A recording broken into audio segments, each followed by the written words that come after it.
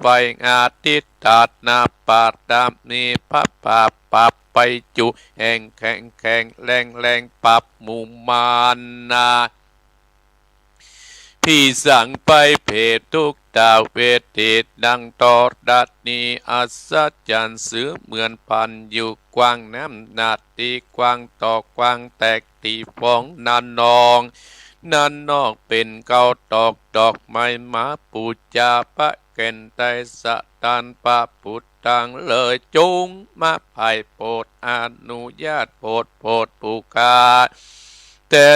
ดีแม่ตอรัดนี้ออกมาตีดม้อยผมอยู่ข้างทาดจังไรขาดขะงาสับพ่นดินพ่นน้ำดีลงพระปายก็อาบตับเต้าปะยามานเอาอาปุนกัวกับยกมือตุ้นหัวใส่เกาผู้ขานี่ชื่อว่าเป็นลูกศิษย์พระพุทธเจ้าตนมีบุญสมปันอันมากพระพุทธเจ้าจริงตั้งพระปัญญาปัตตะมิไว้กัจจันตั้งไว้ตั้งหน้ากอดได้กัจจันตั้งไว้ตั้งหลังกอดได้กัจจันตั้งแต่ตีนถึงหัว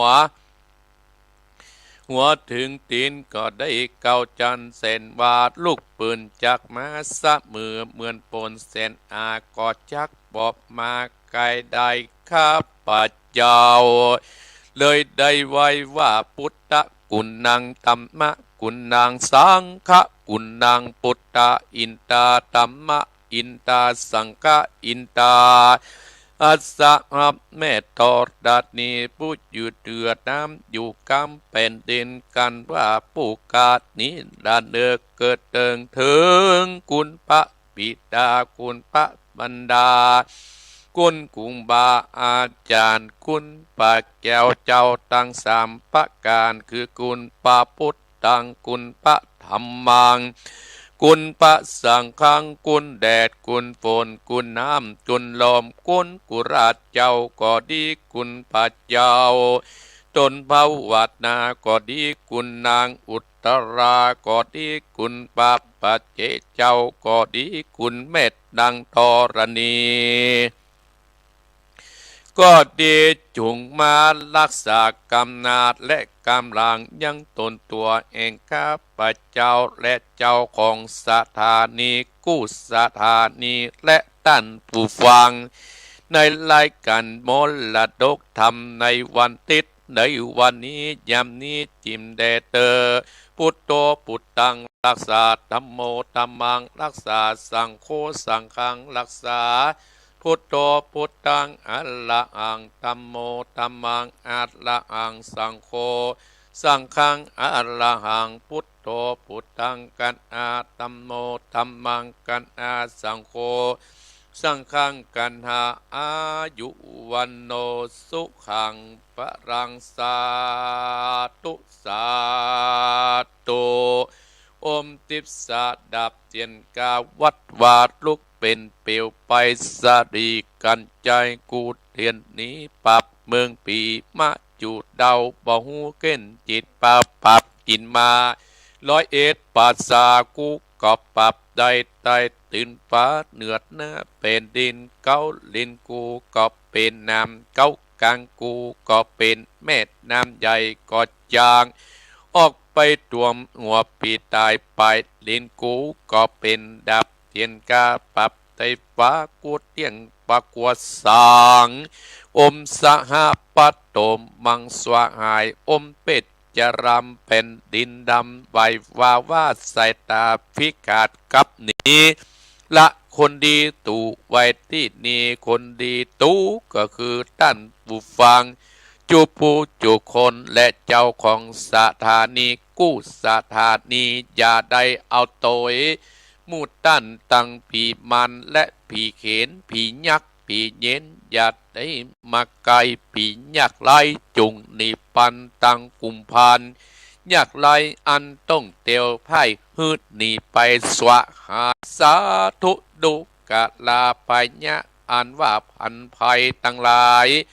ประการต่างๆนานาเป็นต้นว่าไฟ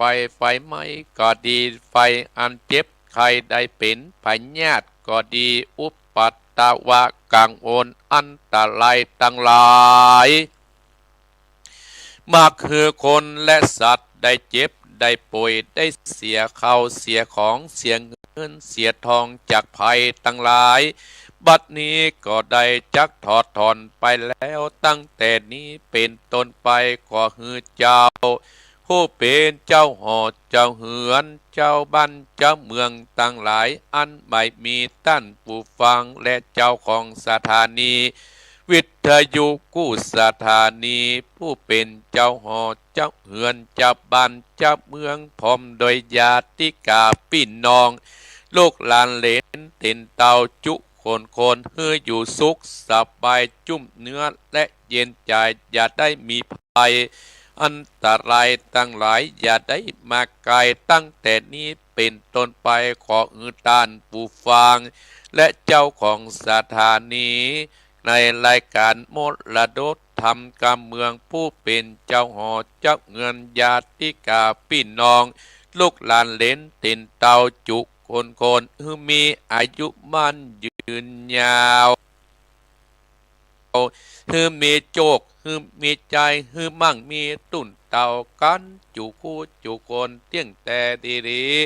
สัพพิติโยวิวัสสันตุสัพพะโลโกวินาศสันตุมาเตปวัตวันตรายโยสุขิติกายุโกภวะอภิวาทนาสิทธิสัจนิจังอุตตาปัจจายินโนจัตตารโอธัมมาวัฏทันติอายุวันโนสุขังปะลังต่อไปนั้นแผ่เมตตาให้กับตัวเก่าเนื้ออะหังสุขิโตโหมิขอให้ข้าพเจ้ามีความสุขอะหังนิทุโกโหมิ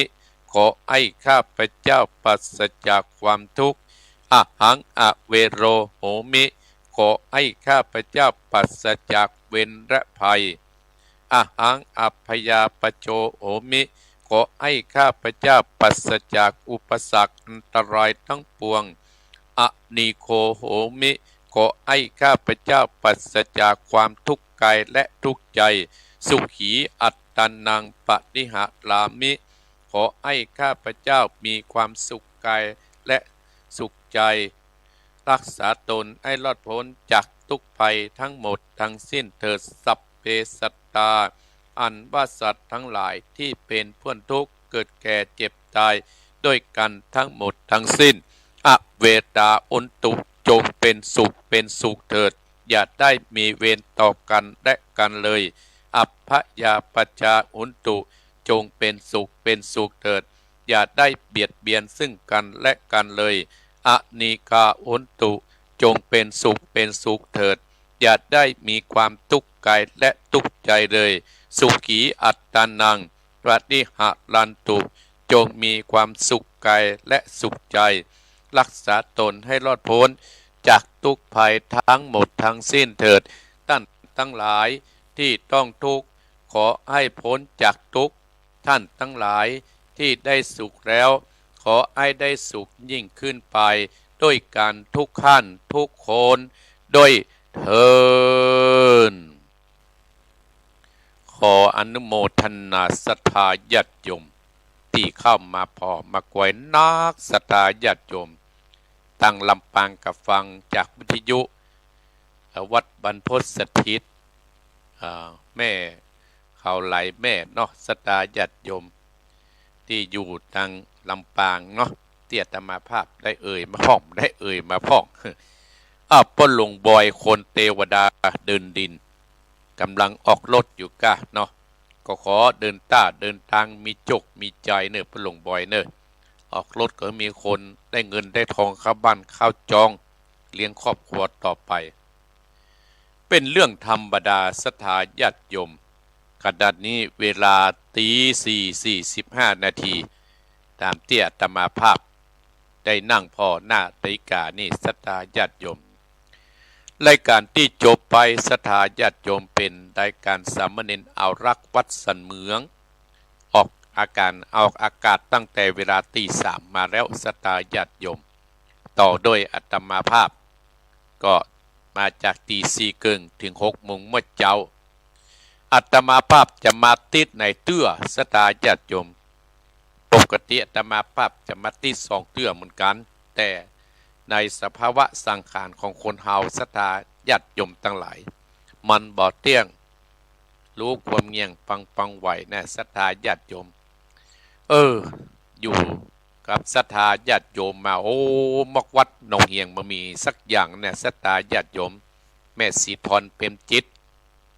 เข้ามาพ่ออยู่กับศรัทธาญาติโยมผู้เฒ่าผู้แก่อีพ่ออีแม่ท่านผู้ฟังมาเมื่อสมัยวิทยุมาใหม่ๆศรัทธาญาติโยมและเมื่อสมัยวัดหนองเฮียงเนี่ยมันมีสักอย่างศรัทธาญาติโยมก็ได้อีพ่ออีแม่ต้านผู้ฟังอัตมาภาพนี่แหละที่ได้ให้การอุปสัมภ์คำจูศาสนาคำจูวัดวาอารามอัตมาภาพขอบคุณโยมสมพรรัตนังปำเมือดบ้านสันสะสันอำเภอสันทรายที่ได้มาแวะได้มาเวียนเมื่อติดที่แล้วศรัทธาญาติโยมได้นำกระท้อนปุยฝ้ายมาถวายกระท้อนปุยฝ้ายนี่รสชาตินี่หวานเนื้อศรัทธาญาติโยมเปิ้นโรยกับกระท้อนนี่แหละศรัทธาญาติโยมเนาะเปิ้นเอาไปถวายกู้วัดกู้วาศรัทธาญาติโยมเป็นอุบาสิกาที่มีใจเอื้อเฟื้อต่อพระพุทธศาสนาต่อทุกรูปทุกวัดทุกวาศรัทธาบอกว่าโดยรอบอกว่าเวียงปะเป้าเนี่ยศรัทธาญาติโยมเปิ้นถึงมีกินมีใจศรัทธาญาติโยมบาขาดตีนบาขาดมือศรัทธาญาติโยมลูกเปิ้นก็อยู่ถ้อยฟังกรรมเพราะด้วยอานิสงส์ที่เปิ้นได้กินได้ทานตามวัดตามวาทุกที่ทุกแห่งบ่เลือกทำแม้นว่าเรื่องตังพระพุทธศาสนาทุพระทุเจ้าเปิ้นก็บ่ย่อท้อเปิ้นว่ามีที่ใจศรัทธาญาติโยมเพราะฉะนั้นบรรดาศรัทธาญาติโยมที่หันข้าวก็จะไปท้อจะไปถอยน้ำธรรมคำสอนของพระพุทธเจ้าศีลธรรมเนี่ยศรัทธาญาติโยมมันตึงบ่เสื่อมมันตึงมาหายไปที่ไหนมีตั้งแต่2,000 ปลายปีมาแล้วศรัทธาญาติโยมก็คนเฮาตาอันที่ทำให้มันเสื่อมนะศรัทธาญาติโยมเนาะกระธรรมดาของโลกศรัทธาญาติโยมอีพ่ออีแม่ศรัทธาญาติโยมท่านผู้ฟังทั้งหลายโลกนี้มีทั้งคนบดีและคนบดีถ้ามีแต่คนดีศรัทธาญาติโยมตำรวจจะได้ยับไผ่หันคอกจะไว้ขังไผ่หันเพราะฉะนั้นมันก็เป็นเรื่องธรรมดาอย่างวันนี้อาตมาภาพได้นำสาระธรรมและข้อคิดมามาจาให้อีพ่ออีแม่ท่านผู้ฟังของอาตมาภาพที่ฟังกันเมื่อเจ้าฟังมาจากลำปางก็ดีแม่พิสมัยเขาที่ฟังมาจากลำปางก็ดีแม่พิสมัยก็ดีพ่อบุญทาก็ดีแม่ฟองยะยองบ้านตังบ้านเหล่าเจ้าก็ดีแม่บัวรอยอำเภอพานก็ดีนอศรัทธาญาติโยมนะแม่จำเนียงกันทาทองก็ดีโยมสมพรรัตนังก็ดีแม่ไข่แก้ววงคำก็ดีพ่อสีทัศน์อันตังอำเภอสันปะตองก็ดีแม่อนงเพียรศีลก็ดีตั้งบ้านแม่ทารบใจประการศรัทธาญาติโยมพ่อแก้วแม่ดงรักบ้านโฮงก็ดีโยมรัตดาวงเตินก็ดีนักศรัทธาญาติโยมที่เข้ามาพ่อโยมอีแม่เขาแม่สาวรักษ์ก็ดีแม่อนงเขาก็ดีนักแม่สีทอนเขาก็ดีแล้วก็โยมโปสนันแม่แจ่มจันทร์สีล้อมเขาก็ดีที่ตื่นมาเจ้าตื่นได้แล้วเนอะศรัทธาญาติโยมเปิ้นบอกว่าคนเฮานั่นจะมีอายุยืนได้นั้นต้องเนี่ยอย่างใดศรัทธาญาติโยมอาตมาภาพจะเล่าให้ศรัทธาฟังก่อนที่จะเอาน้ำเอาธรรมที่จะได้มาเทศในตอนเช้านี้ชื่อว่าธรรมคติโวหารสอนหญิงใจธรรมคติโวหารสอนหญิงใจศรัทธาญาติโยมพ่อหลวงเฉลิมแม่หลวงพิกุลเพิ่นได้อมตะให้อาตมาภาพลดที่ใจงานเนี่ย เฮาก็ต้องดูแลเอาใจใส่ต่อระบบทุกส่วนหากเฮามามีความรู้ต้องเฮามีความรู้เฮาก็ต้องนำเข้าไปที่อู่เพื่อตรวจเช็คตรวจสอบหากพบอาการผิดปกติของเครื่องยนต์เฮาก็ต้องซ่อมหรือปรับเปลี่ยนให้รถอยู่ในสภาพที่ใช้งานต่อไปได้ตามสภาพของอายุของการใช้งานบางคันก็ประสบเหตุจนเป็นเกิดความสูญเสียและซ่อมบ่ได้ก็มีนั่นเป็นเพราะว่าความประมาทของคนขับหรือเจ้าของรถสถาญาติโยมทั้งหลายเหมือนชีวิตคนเฮาเหมือนกันสถาญาติโยมถ้าเฮาปรับเปลี่ยนถ้าเฮาดูแลร่างกายเฮาดูแลชีวิตเฮามันก็จะเสื่อมจะโทรมไปเหมือนรถที่ใช้การมาเหมือนอย่างอาตมาภาพนี้เป็นต้นศรัทธาอีพ่ออีแม่ท่านผู้ฟังตั้งหลายอายุเป็น64ก็นับว่าเกินไปแล้วเกินครึ่งร้อยแล้วนะศรัทธาญาติโยม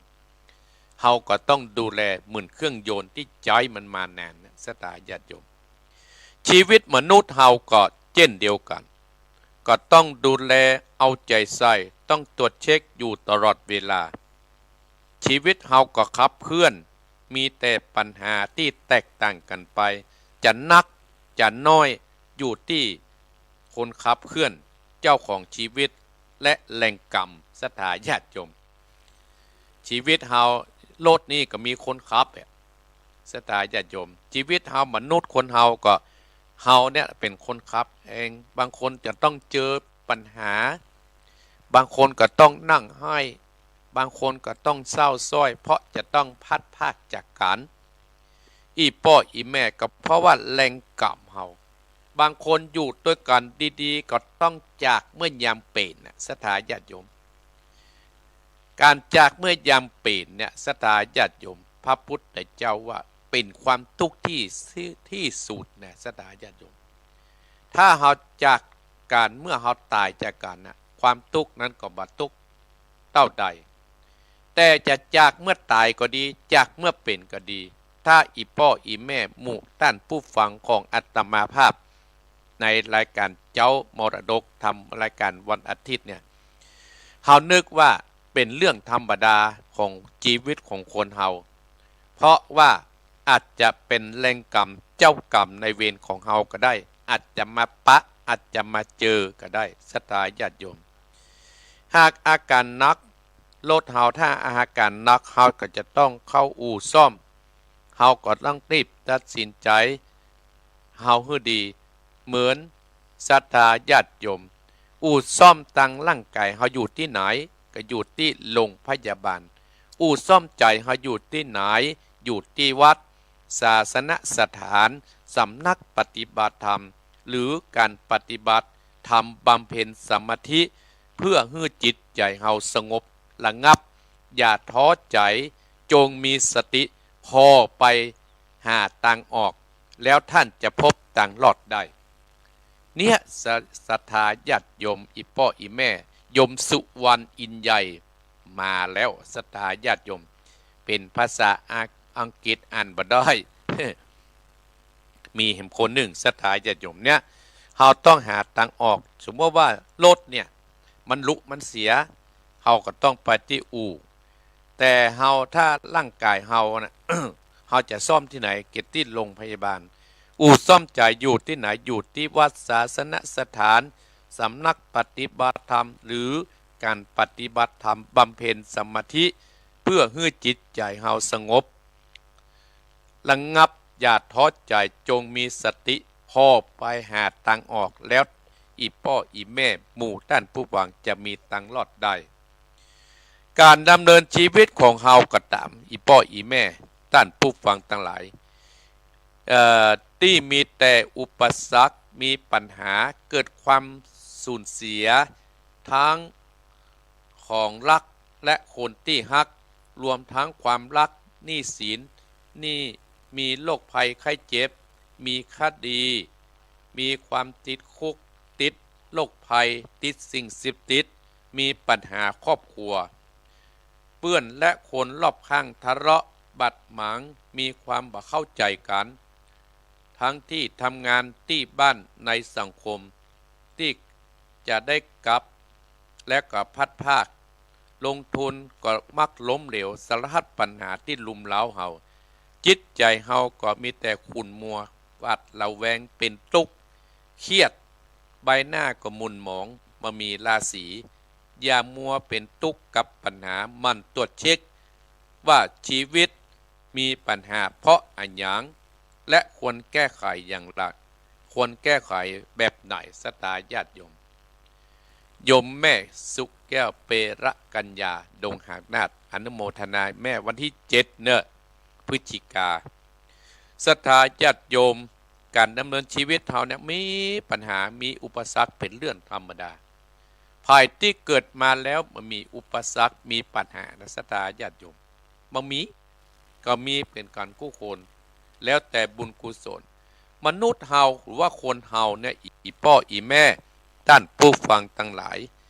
มีองค์ประกอบอยู่2อย่างเนอะ1ก็คือร่างกายเรียกว่ารูปธรรมใจหรือจิตเรียกว่านามธรรม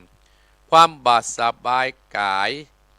ความบาดสบายทางกายคือการเจ็บป่วยด้วยโรคภัยต่างๆเจ็บหั่นปวดนี่เจ็บแข้งเจ็บขาปวดหั่นปวดนี่ทหารสตาทั้งหลายตลอดจนถึงความบสมบูรณ์ของร่างกายที่เกิดขึ้นหลายสาเหตุทั้งอุบัติเหตุและกรรมเก่าสถาญาติโยมความปัสสบายตั้งใจคือการประสบกับความสูญเสีย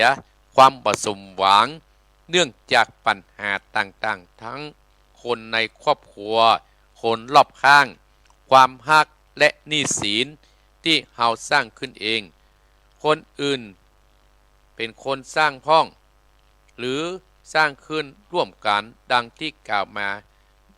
หน่วยงานก็ดีอันยังก็ดีท่านทัศนะร่างกำลังใจเขาก็ลดจิตใจก็ขุ่นมัวเกิดความเครียดเป็นทุกข์การเกิดป่วยตั้งกายคือแสวง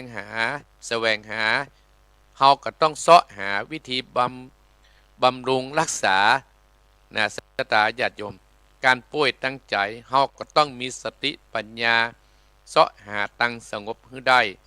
ถ้าขาดสติจะคิดทำลายตัวเก่าหรือทำลายผู้อื่นและเฮาบ่ควบคุมอารมณ์เนี่ยจะทำให้เฮาเสียใจภายหลังอีพ่ออีแม่อนุโมทนากับแม่สุติวงศ์เข้ามาพอศรัทธาญาติโยมอีพ่ออีแม่เนี่ยเฮาต้องมันตรวจเช็คชีวิตของเฮาทุกวันทุกอย่างวันนี้อย่างบรรดาอีพ่ออีแม่ศรัทธาท่านผู้ฟังทั้งหลายได้มาฟังอาตมาพ่อฟังธรรมะตั้งแต่ตี3มาศรัทธาญาติโยมมันก็เป็นบุญนะศรัทธาญาติโยมเป็นบุญที่เฮาได้มาพบได้มาปะกันศรัทธาญาติโยมมันเป็นบุญเป็นกุศลที่เฮาได้ทำไว้เพราะฉะนั้นศรัทธาญาติโยมความสุขจะเกิดขึ้นได้นั้นอยู่ที่เฮาเสาะหาแสวงเอาศรัทธาญาติโยมถ้าเฮามีบุญเฮาก็อยู่กับลูกกับหลานชีวิตเฮาก็จะเจริญได้ชีวิตเฮาจะเจริญได้ก็อยู่ที่ไผอยู่ที่ตัวเฮาที่จะต้องขับเคลื่อนในการดำเนินชีวิตอย่างบรรดาศรัทธาญาติโยมรถเฮาถ้าเฮาขับประมาทมันก็จะเกิดอุบัติเหตุเหมือนกับชีวิตเฮาเหมือนกันคนที่ขับชีวิตเฮาคือไผคือตัวเองเนี่ยเพราะฉะนั้นร่างกายเฮานั้นก็ต้องมีสติปัญญาแก้ไขไปถึงวันเมื่อพบปัญหาก็คือเจ้ากรรมในเวรเฮาหนีเจ้ากรรมในเวรมาป้นศรัทธาญาติโยมเจ้ากรรมในเวรมันเป็นตัวอย่างด้อยเนาะอีพ่ออีแม่อาจจะถามมันจะเป็นตัวดำกะตัวขาวกะตัวมนกะตัวกลมตัวเงากะเจ้ากรรมในเวรเฮาต้องหูนะศรัทธามันเกิดขึ้นที่ไหนเกิดขึ้นตั้งแต่เป็นพ่อตั้งแต่เป็นแม่เป็นลูกเป็นเต้าเฮาตั้งแต่ในครอบครัวเฮานั่นแหละศรัทธาญาติโยมอันนี้คือเจ้ากรรมในเวรบางครั้งมีผัวก็บ่ฟังกรรม มีเมียเมียกับว่าฟังกรรมมีลูกลูกกับว่าฟังกรรมเนี่ยศรัทธาญาติโยมเฮาก็จะประสบเอาคนเดียวเนี่ยอยู่วัดลูกศิษย์ลูกหากับว่าฟังกรรมอันนี้มันเป็นเจ้ากรรมในเวรทำให้เฮาเกิดความท้อขึ้นสิ่งที่จะทำให้เฮาแก้ความท้อนะคือด้านสติด้านปัญญาเอาบุญกุศลเป็นที่ตั้งมันทำศรัทธาญาติโยมมันไหวพระสวดมนต์โกห้องเนี่ยมันเป็นบุญเป็นกุศลกับตัวเฮาอาตมาภาพมันเชื่อเนอะเรื่องบุญเรื่องกุศลนี่นะศรัทธาญาติโยมเรื่องบุญเรื่องกุศลเนี่ยอาตมาภาพเชื่อแท้ศรัทธาเปิ้นมีกินมีใจอย่างโยมสมพรรัตนังอุบาสิกาน่ะเปิ้นไปกินไปทานเปิ้นก็มีกินมีใจบักขัดตีนบักขัดมือมันเป็นบุญศรัทธาญาติโยมอย่าง2-3 วันก่อนเปิ้นเอากระท้อนปุยไฟนะมาถ่ายพร้อมปัจจัยโยมเจมวยนะเปิ้นมีกินมีใจมีลูกน้องที่ดีกับพ่อเพราะต้นทุนบุญกุศลที่เปิ้นทำไว้แม่พินแม่ริมและคณะศรัทธาท่านทั้งหลายที่เคยกินกระตานกัตตมาภาพนักศรัทธาญาติโยมอย่างพ่อบุญธรรมบ้านปงน้องเนี่ยเปิ้นมีลูกมีเต้าพ่ออย่างเพราะบุญที่เปิ้นได้ทำไว้อันนี้แหละศรัทธาญาติโยมบรรดาอีพ่ออีแม่ศรัทธาท่านผู้ฟังเราต้องทำอย่าไปท้ออย่าไปถอยมันถ้าเอาท้อถ้าเอาถอยมันก็จะตามเข้ามาเนี่ยศรัทธาญาติโยมอีแม่สาวรักษ์โยมกนกพิชัยนาอนุโมทนานิยมกนกพิชัยนาอยู่ตามเมืองฝางเมืองศรัทธาญาติโยมโอ้เปิ้นก็กินกระตานเปิ้นได้มีลูกน้องเปิ้นได้มีบริวารมีเงินมีทองเพราะเปิ้นได้กินได้ตามสร้างบุญสร้างกุศลไว้เกิดจัดนี้เปิ้นก็เลยมีกินมีใช้ตลอดเพราะฉะนั้นการทำบุญสร้างมหากุศลเนี่ยศรัทธาญาติโยมสร้างไปเถอะตามกำลังศรัทธาเฮาอยู่ใกล้ไหนกระทำหั่นถ้าไปได้กับไปอย่าศรัทธาญาติโยมโยมแม่สาวรักเขาโยมแม่นงรักพี่ทองจาพี่น้องคณะศรัทธาปั้นเหล่าหยาโอ้พี่น้องคณะศรัทธาวัดส้มปวดสัมปะตองนะแม่วางคณะศรัทธาญาติโยมมีอัตมาภาพมีการมีงานเนี่ยเปิ้นก็จะมาช่วยเติมแท่งกันตลอดอย่างอัตมาภาพก็จะมีงานกฐินเกิดขึ้นวันที่7เดือนพฤศจิกายนพศ2569ตรงกับวันเสาร์นะศรัทธาญาติโยมก็เชิญอีพ่ออีแม่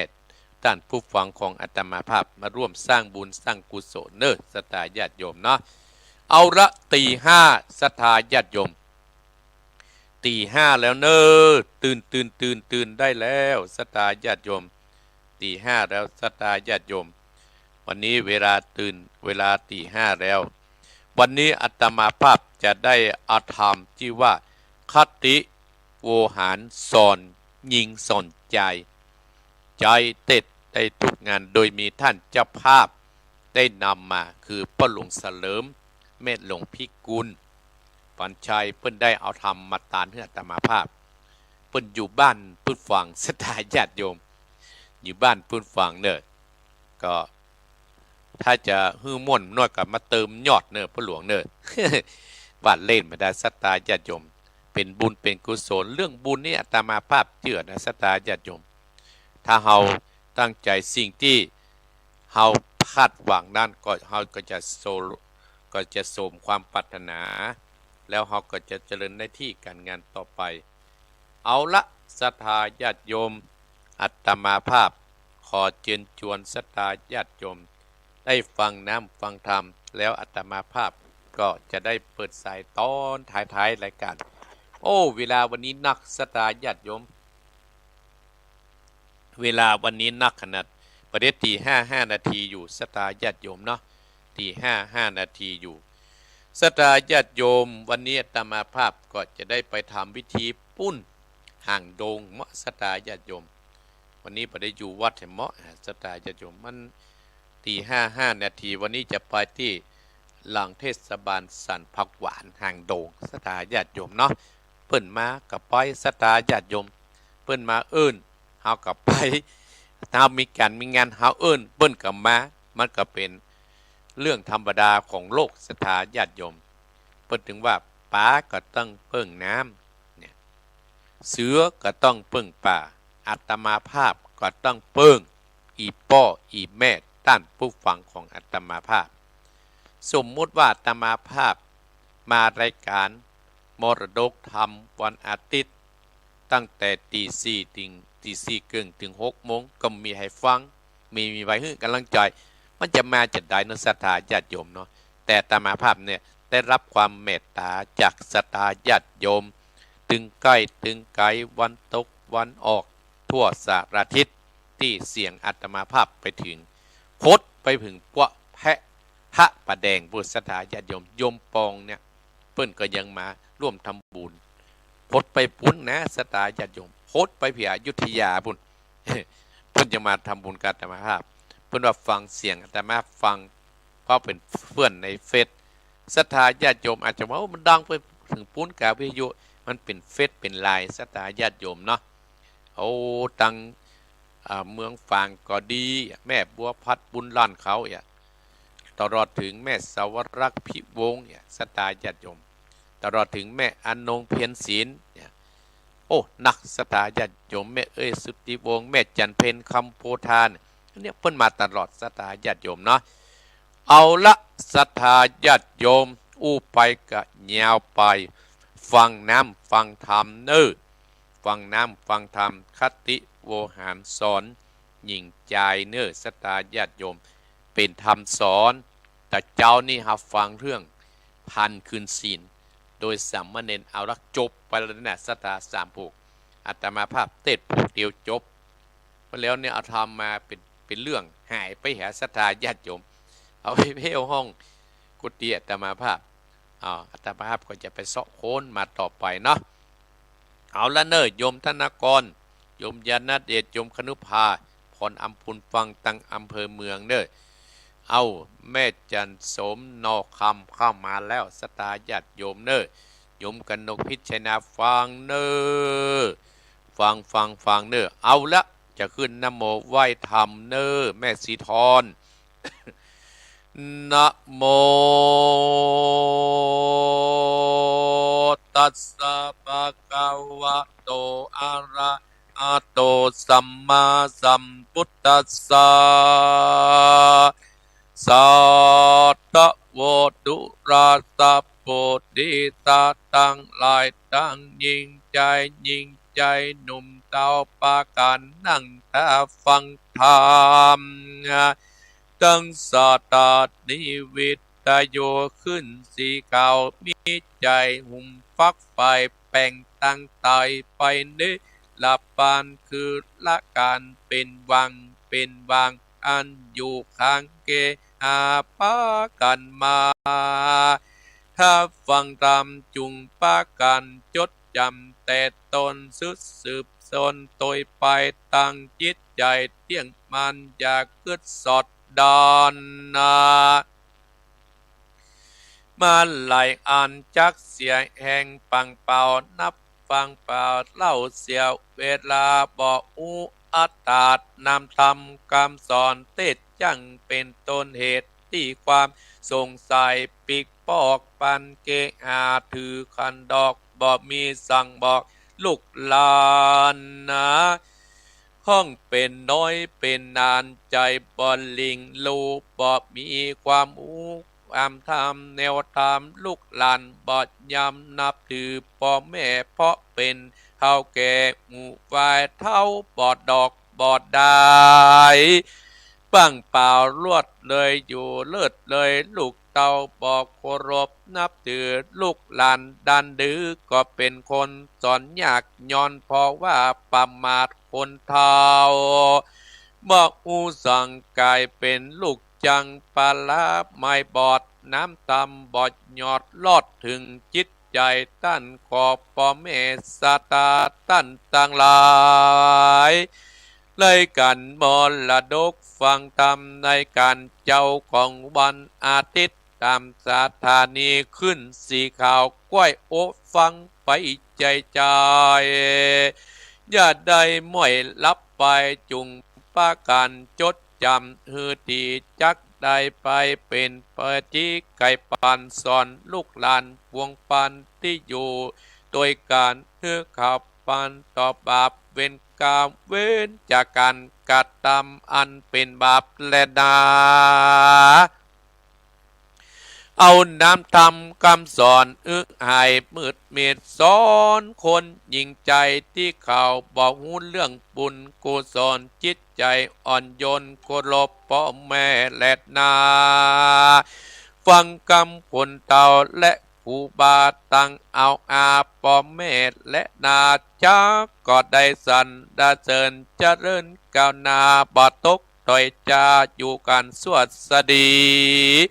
อีพ่อแม่สัตตาเอาอาพ่อแม่พี่น้องที่ป้ากันฟังตามตั้งสถานีวิทยุขึ้นสีข่าวจุงป้าจันกันผ่านเผาแผ่กวางรีบก่อสร้างตั้งบุญเป็นทุนเหนือ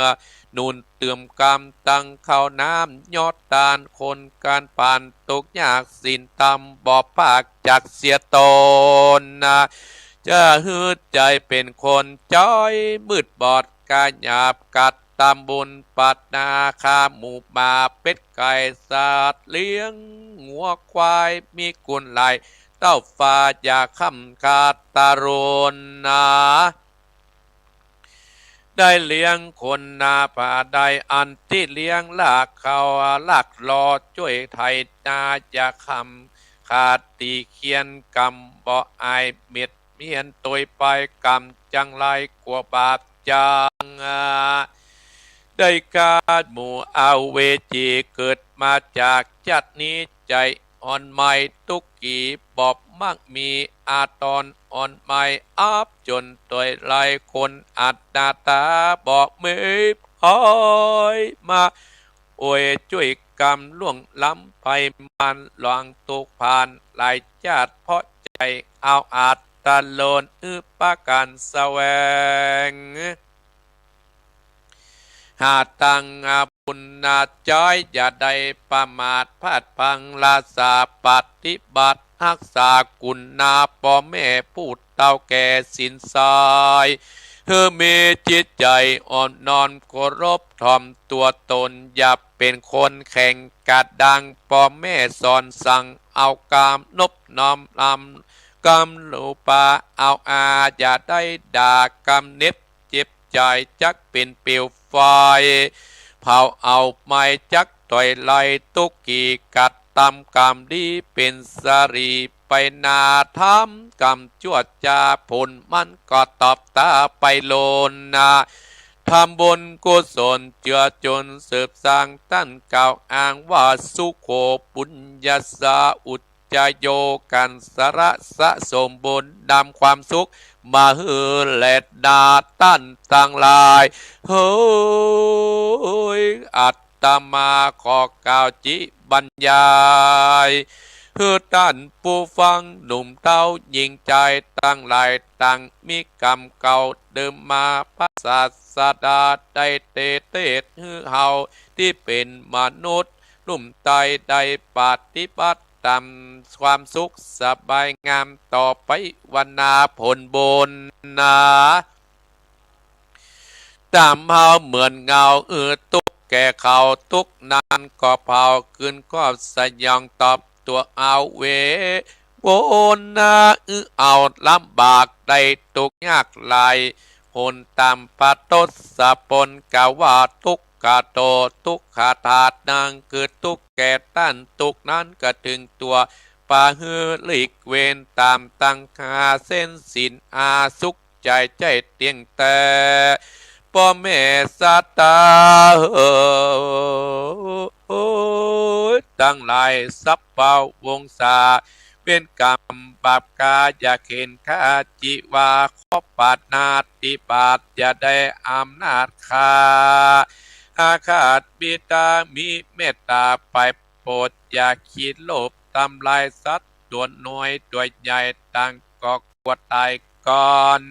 มนุษย์คนเอายิงใจตั้งกากวดตายการกุโกนกรรมเว้นทรงโยอายุสันปันตายชีวิต ตั้งไว้ตายเพราะเปิ้นกาอาตินนาหากินสัวกินสัมปาสิวาชอบอย่าได้หลอกลอบชอบกองตามโลภบังอำคนอื่นแม้นน้อยหนึ่งก็บอกควรเอาของเขามาเป็นของตัวกาบาปคบหัวหดไม้โบราณว่ากินทันไฟแดงก็มีสมปึงแปงกาลานแตกฟุ้งสานเปปังบอดจิลังมันเตียงหูมดเสียงซิบไอบอดแดมซ้ำก็ขายของเก่าที่ป้อมเมตนันนาปันมาเสียงจีว่าบอดจอบบอเปิ้นนะมันเป็นบาปตามสนองใจปองมกไม้บอดลายมาจ่าขมอูป้องอุจจาเป็นตามใจแตะดำแตะนาอีพ่ออีแม่ตั้นปุฟังอุจารำกำหวานกาเมสุมิสาจาราญาปมัดสันโดษประโมทของเก่ายินดีปวบเมียชื่นโซยาประมาทอุไหลเมียจักเสียใจบอดดอยบอดถูกถอยเนตำกำเวนกำเดือดร้อนตุกก็มาคอนลวงลายเป็นที่ละอายพี่น้องเจ้าบ้านจงได้ผ่านยันอย่าได้ตามใจหัวเมียไผ่คนใดก็หากจักแตกอาบอ้ำเปปังภาวะจาตินี้จักวางคุณดีตังเป็นที่เดือดฮอนแตกมางเป็นไม่เป็นอังกาจองงอกแงเหมือนแปร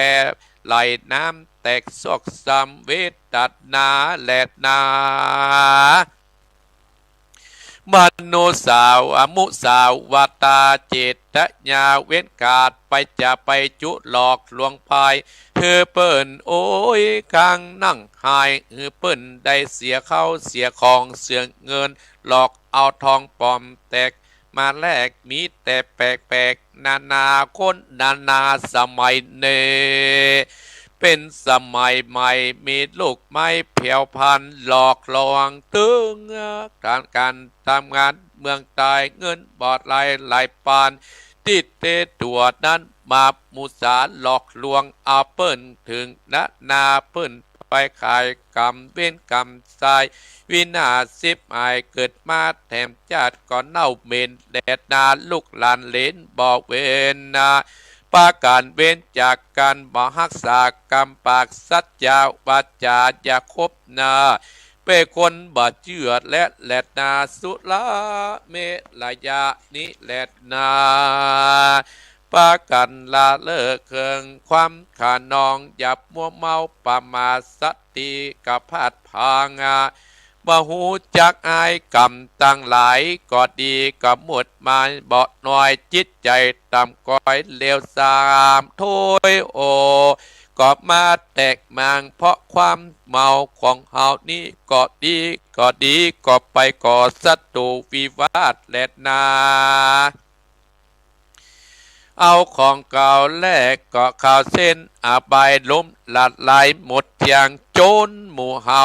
เลี้ยงตึงวันกันพันนันก็ปนปีเก่าจิตโตสุลาพันลัดนามาสอบหลีกเลี่ยงสังสาการโอ้การงนงานลบหลู่ผู้มีภาคคุณก็ดีบ่สมบุญสักหยาดปีพลาดปัญญาโดยกาดาบไม่บางเข้าสู่บางอบายลำบากแหลดนาตั้นตั้งลาย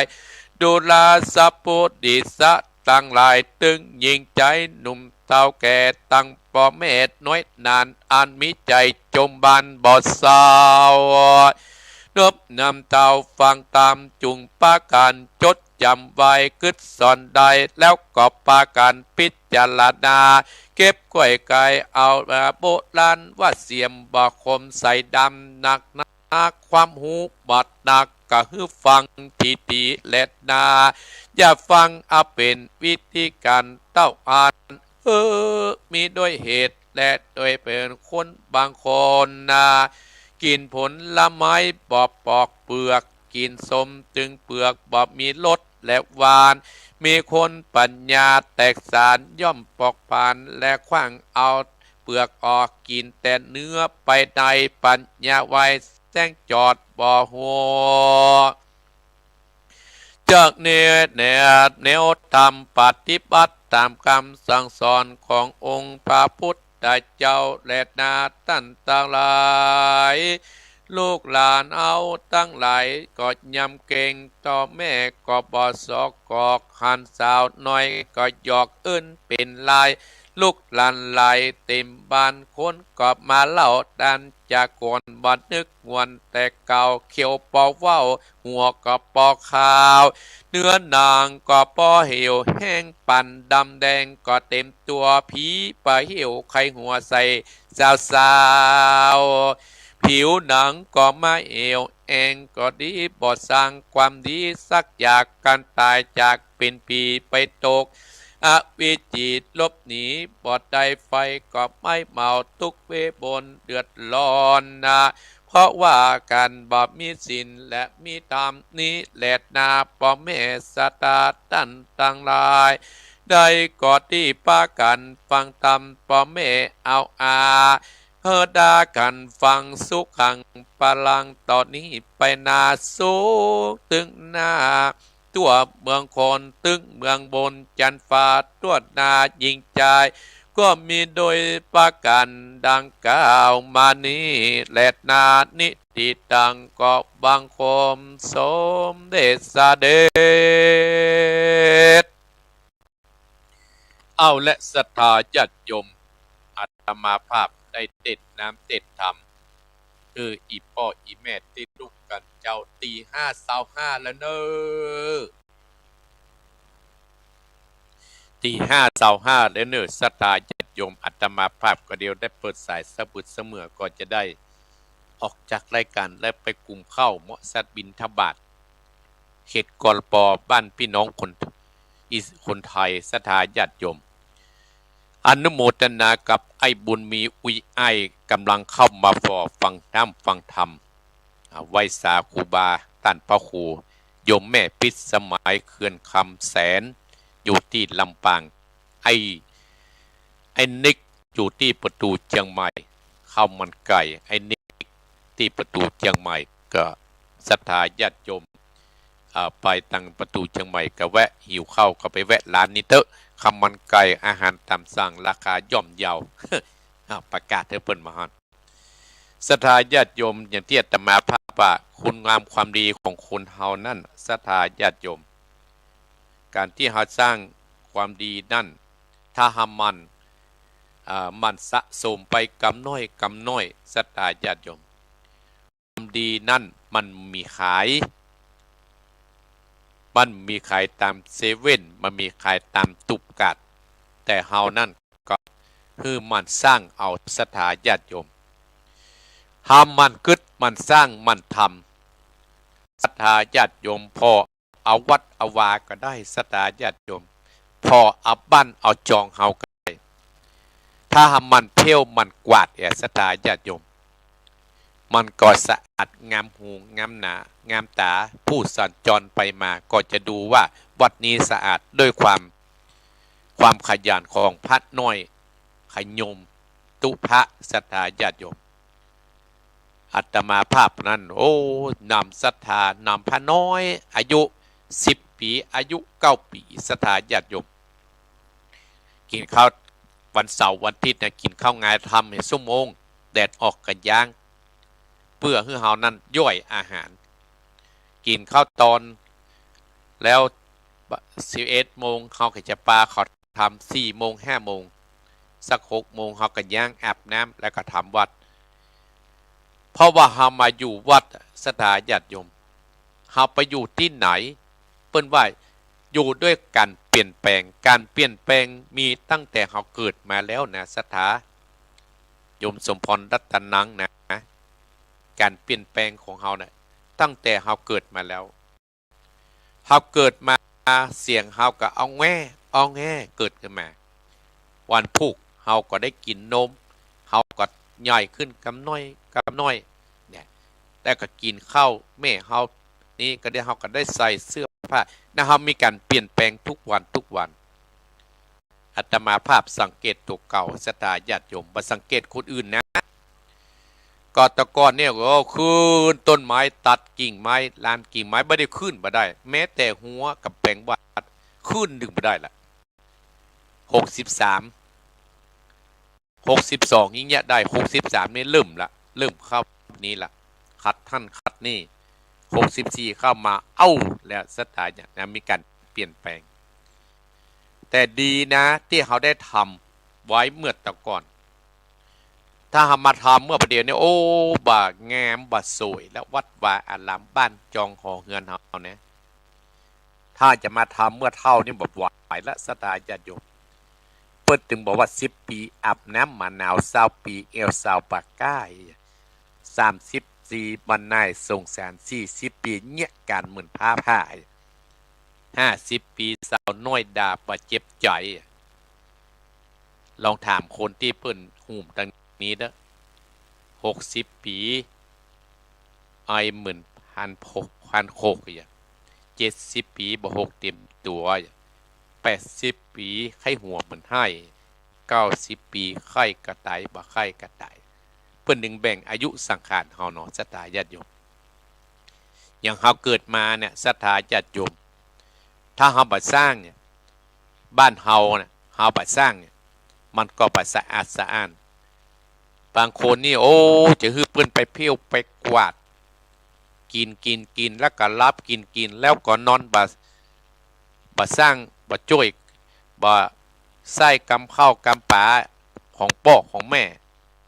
เปิ้นเลี้ยงเฮาใหญ่โตมาเฮาก็บ่ให้ฟังเปิ้นบอกให้ไปเนี่ยเวียกเนี่ยการก็ไปฟังย่อยมาศรัทธาญาติโยมอายุคือย่อยมาบ้านก็มีที่อยู่เข้าก็มีเนี่ยเป็นภาระของสังคมนะศรัทธาญาติโยมเป็นภาระของสังคม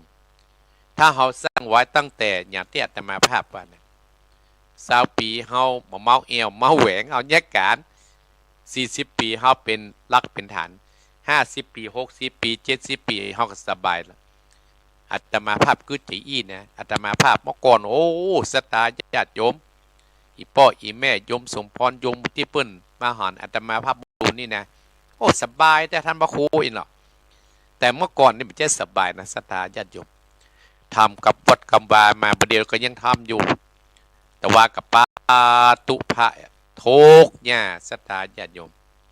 บางคนเปิ้นกายไปกายมาเปิ้นก็จอดถามว่าโอ้ยังมาเนี่ยอย่างท่านพระครูโอ้ปะเนี่ยแล้วใครจะมาเนี่ยเนาะเฮากับพระน้อยสอนกันไปคือว่ามีการฝึกเพื่อมันไปออกไปบ้านมันได้เที่ยวบ้านเที่ยวจองศรัทธาญาติโยมอันนี้เฮาจะเป็นที่ฮักของเทวดาเป็นที่ฮักของคนเป็นที่ฮักของคนต่างหลายสถานที่เฮาก็สะอาดสะอ้านขึ้นเนี่ยศรัทธาญาติโยมเนาะคติกรรมสอนของหญิงใจเนี่ยที่เปิ้นได้อมตะพ่อหลวงเสริมแม่หลวงหันถึงว่าจืมจื่อดอกนะอายุ64เนาะศรัทธาญาติโยมเนาะพ่อหลวงเปิ้นได้อมตะแม่หลวงเปิ้นได้อมตะอีพ่ออีแม่ศรัทธาญาติโยมเนาะเป็นแม่หลวงพิกูลเปิ้นได้อมตะเนี่ยพ่อหลวงเสริมเปิ้นอมตะตานเมินละศรัทธาญาติโยมส่วนธรรมของแม่น้อยกันนาดกับเต้มันศีลนั่นกะกำ3 ผูกมันเสี่ยงบวยๆได้ไปออกภาษาบวยเตดเข้าโอ้ศีลนี่สถาบันมากะหายไปใช่ข้ามเย่งศรัทธาญาติโยมเพราะอย่างภาระหน้าที่ของคุณทำมันนะคติคำสอนของยิงใจอันยังจะเต้าคำสอนของพ่ออันยังจะเต้าคำสอนของแม่อันยังจะเจ้าคำสอนของพระพุทธเจ้าศรัทธาญาติโยมคำสอนของพ่อของแม่เนี่ยเปิ้นนึงสอนเฮาเนาะมันมีภัยฮักเฮาเต้าพ่อเต้าแม่มันมีภัยฮักเฮาเต้าพระพุทธเจ้าเปิ้นจะได้เอาคำสอนมาให้เฮาเนี่ยถ้าเฮานำไปประพฤติปฏิบัติเนี่ยโอ้ศรัทธาญาติโยมก็จะทำเฮาเจริญรุ่งเรืองอย่างศรัทธาญาติโยมที่เปิ้นปฏิบัติกันตามคำสอนคำพ่อคำแม่ตามคำสอนของครูบาอาจารย์ตามคำสอนของพระพุทธเจ้าตามศีลธรรมที่เปิ้นได้วางไว้ศรัทธาญาติโยมก็จะทำผู้นั้นเจริญรุ่งเรือง มีกินมีใจตลอดคติคำสอนนี้เปิ้นก็ต้องเปิดจะเอาอย่างนักนะป้าป้านนั้นเฮาบ่ต้องเอานักก็ได้สตาแค่เอาศีล5ที่เฮาไปวัดนั่นน่ะที่เปิ้นใส่ปานให้เฮานั่นน่ะถ้าเฮานำไปใช้กับชีวิตของเฮานะสตาญาติโยมศีลเนี่ยเปิ้นจึงบอกว่าทำให้เฮาน่ะงามทำให้เฮารอทำให้เฮารวยไปทางใดก็เทวดาก็ฮักไปทางไหนก็คนก็ชอบถ้าเฮาผิด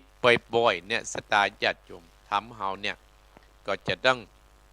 เดือดร้อนถ้าเฮาประพฤติปฏิบัติแต่เนี่ยสตาญาติโยมเหมือนเปิ้นบอกว่าถ้าเฮาทำอันอย่างก็ตามอย่างสตาญาติโยมอีพ่ออีแม่ลองคิดเถอะถ้าหาปลูกต้นไม้ปลูกกระท้อนอย่างโยมสมพรพร้อมด้วยครอบครัวเนี่ยเปิ้นปลูกกระท้อนเนี่ยมันก็ได้เป็นกระท้อนเป็นประตื่นออกมานั่นนะถ้าหามันทนุถนอมดูแลมันลดมันก็จะหวานมาขายตั้งแต่บุดาบุบ่มาสตาญาติโยมเปิ้นจงเปิ้นมีกลิ่นมีใจเนี่ยอันนี้อย่างคือการที่เฮาทำแล้วติดตามสถาญาติโยมติดตามดูแลเฮาถ้าเฮาเชื่อกำพ่อเฮาติดตามพ่อติดตามแม่ติดตามคำสอนของพ่อที่เป็นแบบอย่างให้เฮาติดตามเฮาเชื่อกำศีลที่พระพุทธเจ้าได้ฮื้อเตี้ยกับศีลที่เฮาได้มาวัดมาวาเปิ้นปั่นปอนตั้งแต่ปานาอตินากาเมมุสาสุรานำไปใจเฮาก็จะมีกลิ่นมีใจชีวิตครอบครัวก็บัดแตกม้างกันไปยังกัมมังกะนิสามิกันระยนังวาปาปะกังวาตัสสะทายโทภวิสามิเราทำกรรมใดไว้จะเป็นบุญหรือว่าเป็นบาปเราจะเป็นทายาทคือจะต้องได้รับของผลกรรมนั้นไปเหมือนเตี้ยแต่มาภาพว่าฮับปลูกมะม่วงก็ดีฮับปลูกลำไยก็ดีฮับปลูกกระท้อนฮับปลูกบะตื่นอย่างก็ดีสตาญาติโยมมันก็จะเป็นผลเพื่อติดตามเข้ามาอาตมาภาพเชื่อคำสอนของพ่อของแม่เชื่อคำสอนของครูบาอาจารย์เชื่อคำสอนของพระพุทธเจ้าถึงได้อยู่ทุกวี่ทุกวันเนี่ยเชื่อกรรมพ่อเชื่อกรรมแม่เชื่อกรรมครูบาอาจารย์เนี่ยศรัทธาญาติโยมตกน้ำอะไรตกไฟบ่ไหม้มันก็จะเป็นบุญเป็นกุศลกรรมจูเฮาเทวดาก็จะรักษาเฮาไผก็จะมารักษาเฮาบางครั้งเฮาจะมีเรื่องมีราวเทวดานั่นก็จะมาเกิดมาเกิ้งมาปัดมาเป่าให้เขานั่นที่บ่หวังดีเฮาไปจากตัวเฮาก็มีนะศรัทธาญาติโยมอันเนี้ยที่เฮาประพฤติปฏิบัติกันมาชีวิตเฮาก็เจริญรุ่งเรือง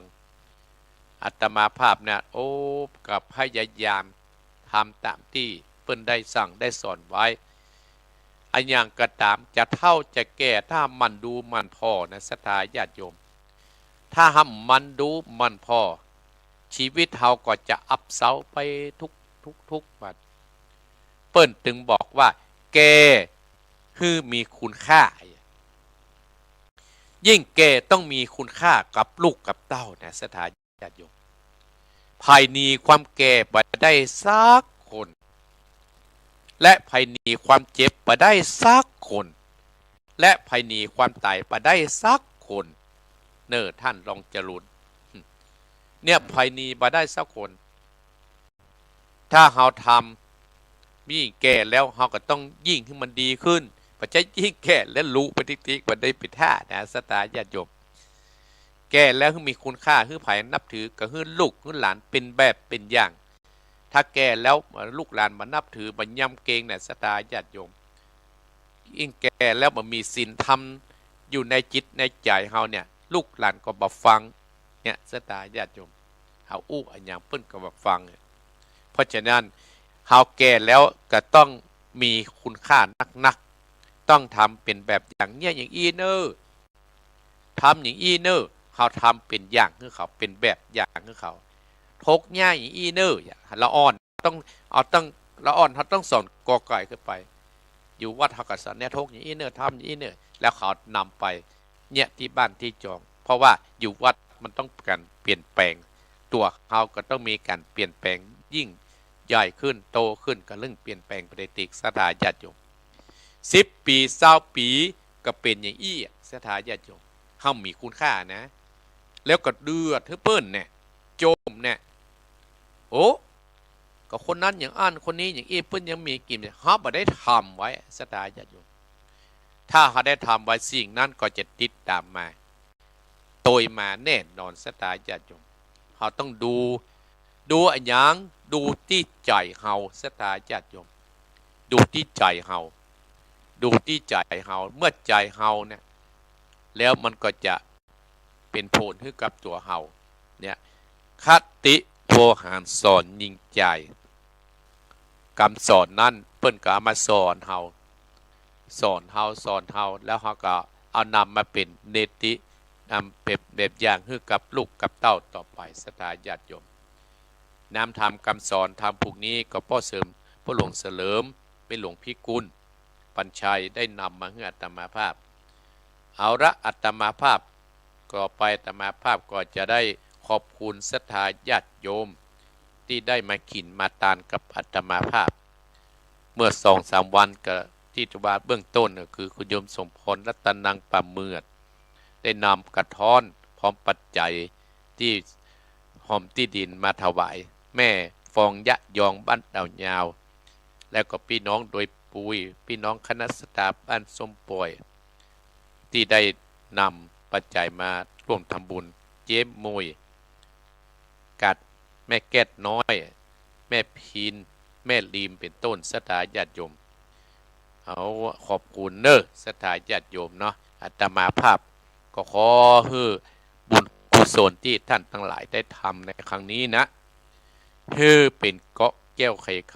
ำมาปกอำสัมพระพิษายังตนตัวของศรัทธาอีพ่ออีแม่ของอาตมาภาพทุกขั้นทุกคนที่ได้กินได้ทานร่วมกันมาเนอะศรัทธาญาติโยม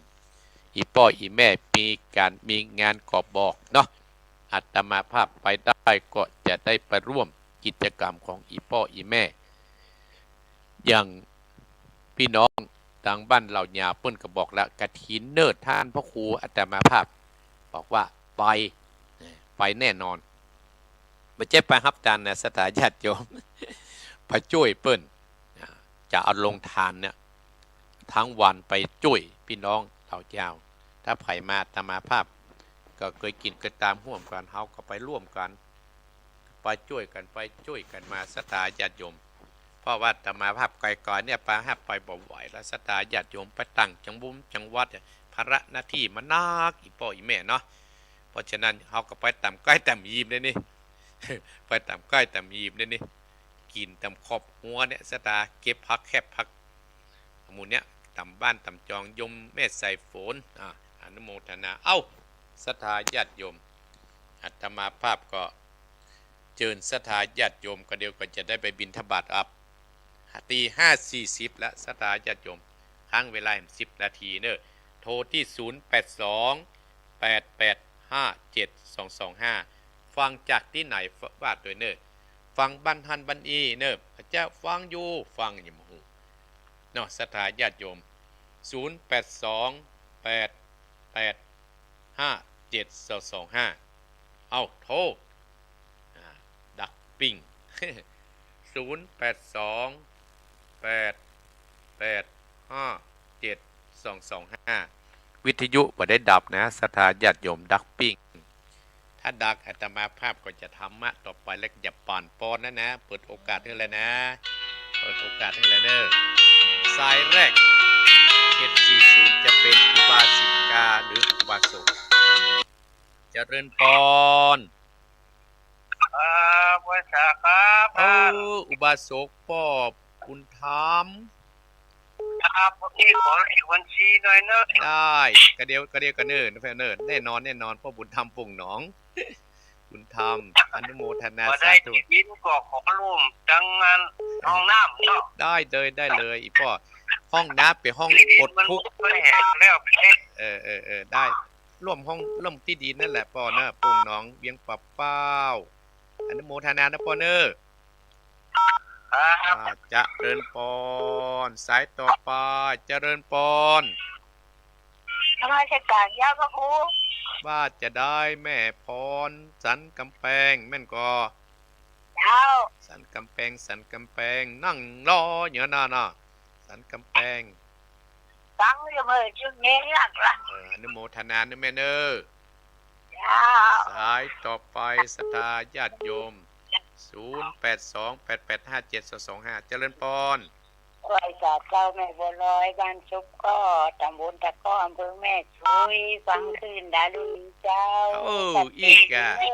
อีแม่บุญร้อยแน่นอนเนอ เจ้า แม่บุญสุขขอเนาะ เจ้า อนุโมทนาได้รับแล้วเนอะแม่เนอะ เจ้าสาธุน้อยเดียวเป็นอย่างเจ้า อนุโมทนาน้อยๆก็จะเป็นอันก้อนใหญ่หรอเนาะ เจ้า บุญรักษา บุญไปถึงเนาะ จะเริญปอนนะแม่เนอ เจ้า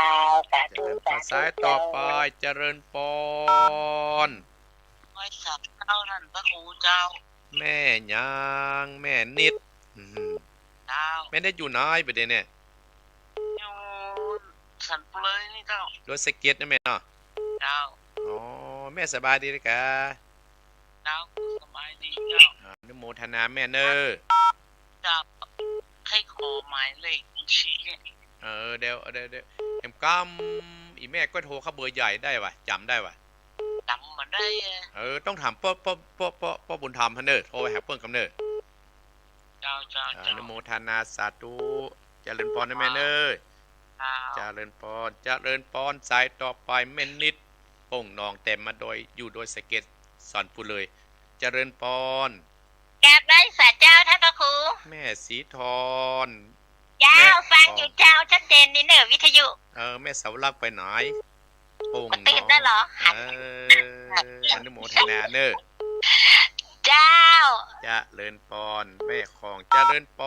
รโอ้มาติ๊กๆเฮ้ยจ่ายกระจาย ไหว้สัตว์เจ้า แม่ยาง นี่ก็คำลี่เนอ แม่กองคำฟังธรรมว่ะเมื่อกี้แม่กองค ฟังอยู่ ำว่าจะได้เป็นจะได้แม่กองคำลี ม่วนดีเหรอ ม่วนดีฟังแต่กี่โมงมาอีแม่ ตั้งเปิดแต่กะ กี่โมงอ่ะ5 โมง 5 โมงโอ้เขาออกตั้งแต่ตี4เกิงมา เนาะ อันนี่เปิดมันมีตะเอียมันได้ฟังตะเอีย ยินดีแม่กองคำเนอ ไหว้สาธุเจ้า เจริญพรสายต่อไปเจริญพรดีมาแล้วเจริญพร ใช่จ้าท่านครูเจ้าแม่ไรเนอ แม่ได้อีแม่สบายดีเนาะแม่ลอย มีแม่ละกันถ้าเมืองบุญนี่จะได้ไปห้องผมเดียวเนาะครับเพิ่งกลับไปนะ ตะวันยังมีอยู่ เจ้าเจ้าแต่ละพัดไม่ควรจะห้องผมไปเนอแม่ ครับเจริญพรเนอ แต่ละเอาตลอดเจ้าแล้วก็เอานะ เจริญพรนะแม่เนอ เอาไหว้สาแม่พระครูเป็นกำลังใจเนอ เจริญพรสายต่อไปเจริญพร เจ้าแต่พระเจ้าท่านพระครูวันนี้ก็มีบุญแห่งมันเด้อตื่นขึ้นมาก็ได้สวดมนต์ไหว้พระแผ่เมตตากับท่านพระครูเมื่อแต่เจ้าแม่สุแก้วศิลพรสิทธิ์เตี้ยเด้อเจ้าฟังจะขึ้น98.75ว่าโทยจ่องศักดิ์นะเจ้าท่านพระครูเจ้ากราบไหว้สาธุด้วยเจ้าเนอ เจริญพรนะแม่สุกแก้วเนอ เจ้าสาธุเจ้า เจริญพรสายต่อไปเจริญพร ท่านพระครูมาเพลงกุศลชีวิตเด้อ แม่เพนมาแล้วอนุโมทนาขอบคุณแม่เพนเนอ เจ้า บุญรัก เรียบ ษา ร้อยแล้ว เรียบร้อยตาจางเนอ จ้า แม่เพนคือคนบุญเนอ จะเดินปอนนี่แม่เนอ จ้า จะเดินปอนซ้ายต่อไปจะเดินปอน ให้สาจ้าท่านพระครูเจ้า แม่อันอย่างห้าเนี่ย แม่ไข่แก้วมงคำเจ้า อีแม่ไข่แก้วไม่ไข่แก้วอนุโมทนาสาธุเนอแม่ไข่แก้วเนอ เจ้าฟังเห็นน้ำบอลหลวงเลยเจ้า บุญรักษาอีแม่เนอ จ้าสาธุเจ้าโทกำลังใจเจ้า จะเดินปอนซ้ายต่อไปจะเดินปอน เจ้ากับไหว้สาเจ้าฟังอยู่นะเจ้า แม่แดงนี่ แม่นละเจ้า แม่แดงสบายดีกะแม่วาง เจ้า สบายที่ปังนี้ปลาดังดอย ถึงวันเนี้ย อืม ไปสวนเจ้า โอ้อนุโมทนารักษาสุขภาพด้วยแม่เนอ เจ้า จะเริญปอนแม่วางมาแล้วจะเริญปอน กระตุกอันนี้หูเจ้า แม่หยังไง แสนโคงแสน โอ้ โคง แม่เส้นผม อันมาเขายิมวางเนี่ยเจ้าเนี่ย เปิ้นมีงานหยัง งานศพอ่ะ เปิดโอ้ยแม่ไปฮะกะบันถึงครับ อ๋อเจ้า เส้นผม ซึ่งก็มาอีก บ่ได้ปล่อยนะแม่เนอ เจ้ากระตุกกระตุ เส้ ก น นะ ผมอนุโมทนาสาธุอ้าวสายต่อไปเนาะศรัทธาญาติโยม โอ้แม่ยมแม่จันเพนคำโพธาเฮ้อเอาอนุโมทนา7 พฤศจิกาเนอะ7 พฤศจิกาอนุโมทนาสาธุนะเอ้าแฮมสองสายสุดท้ายอ้อแม่แฮมสองสายสุดท้าย45ละเอามันตึก50 45ละ08 2 8857 225ยังมีไม่เอ่ยมาแล้วเอาเจริญปอน เจ้าวันซาเจ้า แม่น้อยกัดนัดอ๋อแม่น้อยว่าจะได้วันนี้แม่น้อย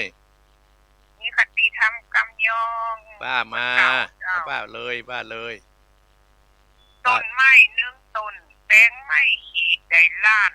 ไม้ขีด1 การเผาไม้จึงป่าลูกเนละคุณปิตามารดาเหมือนไม้ขีดกาปิกมาเผาได้เจ้าสาธุเจ้า บุญรักษาอนโมทนาสายต่อไปเอ้าจ่ายจะแค่3 นาทีโยมชุติการลอดพยนต์ฟังที่ลำปางโยมแม่จันฟังโดยหล่ออนุโมทนาสาธุเนอเอ้าพระจะโทรประโทรก็จะล่ำลาจะปิดโทรศัพท์แล้วนะพ่อบุญธรรมป่งหนองแม่พรสันกำแพงแม่บุรศพก็แม่นิดป่งหนองอยู่โดยสะเก็ดแม่ทอนแม่ของคำรีแม่ไรเป็นสภาพแม่สุดแก่สุดพรแม่สุดได้จังแม่จันเจ้าบุญธรรมแม่แดงแม่วางแล้วก็ตั้งเสร็จแม่น้อยกันอันนี้สายสุดท้ายเจริญปอนโอ้แม่หลวงสายฝนเนี่ยนี่ เจ้าแม่และเจ้า โอ้สายสุดท้ายพอดีแม่ เจ้า หลวงสายฝนนะอนุโมทนาเนอ เจ้ากราบไม่ สาธุมาบุญมาเนี่ยเจริญปอน อ๋อไหว้สาครับท่าน โอ้นี่อุบาสกอยู่น้อย อันนี้อยู่น้ำตกแม่กลางนะครับหนานป้อมครับ โอ้ปิดป้นนานป้อมครับ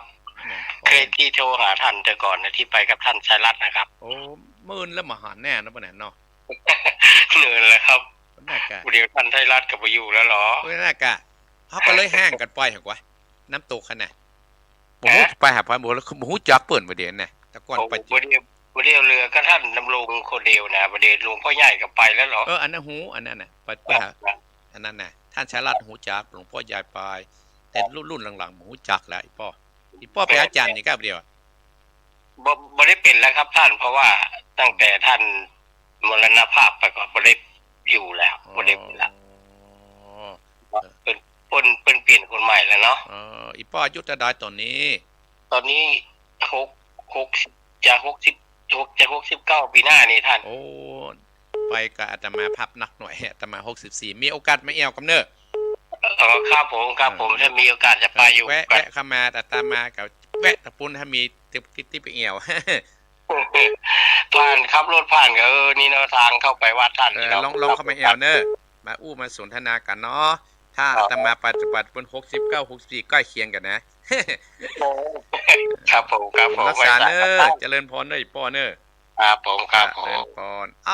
ละสตาญาติโยมอาตมาภาพก็จะได้นำรายการอัตถอาตมาภาพนี่นะจบรายการในวันนี้เนอะสตาญาติโยมเนาะเพราะว่าวันนี้เป็นเจ้าของวันอาทิตย์เวลาก็จะหมดแล้วอาตมาภาพเนาะเดี๋ยวไอ้เจก็จะเกาะเกี่ยวสัญญาณไปตังดอยเพื่อเหมาะท่านอาจารย์วรรณชัยธรรมะจากยอดดอยศรัทธาญาติโยมเนาะ